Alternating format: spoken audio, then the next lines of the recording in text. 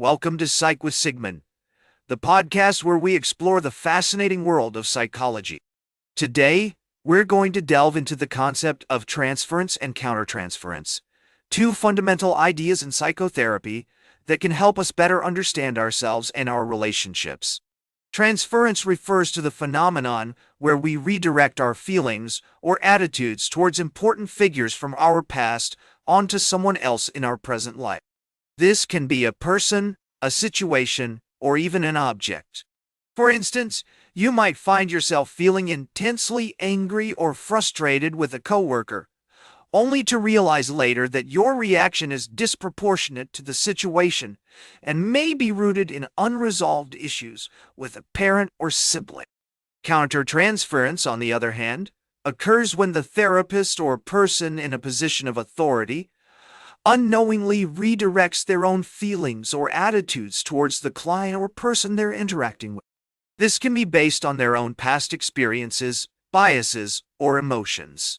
A therapist, for example, might find themselves feeling overly protective or critical of a client due to unconscious patterns from their own childhood. The concept of transference and countertransference emerged in the early days of psychoanalysis, particularly through the work of Sigmund Freud. He recognized that patients would often develop strong feelings towards him during therapy, which were not necessarily based on his actual behavior, but rather on their past experiences and unconscious desires. Over time, other psychologists like Carl Jung, Melanie Klein, and Jacques Lacan contributed to our understanding of these phenomena, highlighting their role in shaping our perceptions, emotions, and behaviors. Research has shown that transference and countertransference are not limited to therapeutic settings, but occur in all aspects of life. Studies have demonstrated how these unconscious patterns can influence our relationships, decision-making processes, and even our physical health. For instance, a person who experienced trauma in the past may exhibit transference by reacting defensively or aggressively towards someone who reminds them of their abuser, even if that person has done nothing wrong.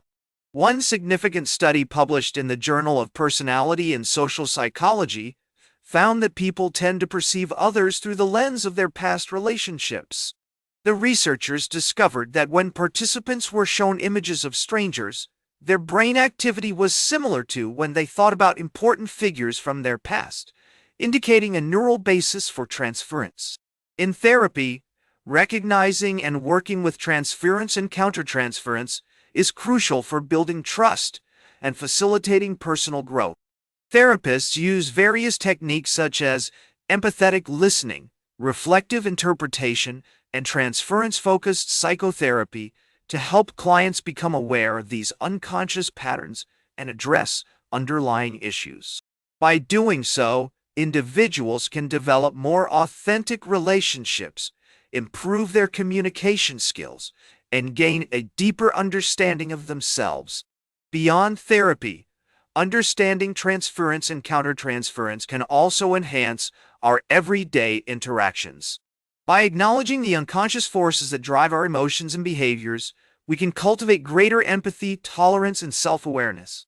This can lead to more harmonious relationships at work, with friends, and within our families. For example, if you recognize that your critical attitude towards a colleague is rooted in transference from a past conflict with a sibling, you can make a conscious effort to separate the two situations and respond more constructively. In conclusion, transference and countertransference are fundamental concepts in psychology that highlight the complex interplay between our unconscious mind, emotions, and relationships. By grasping these ideas, we can gain valuable insights into our thoughts, feelings, and behaviors, ultimately leading to greater self-awareness, empathy, and personal growth. Remember, becoming aware of your own transferences and countertransferences is the first step towards change. That's all for today's Psych with Sigmund. Remember to like, share, and subscribe. And until next time, may your ego find balance between pleasure and reality.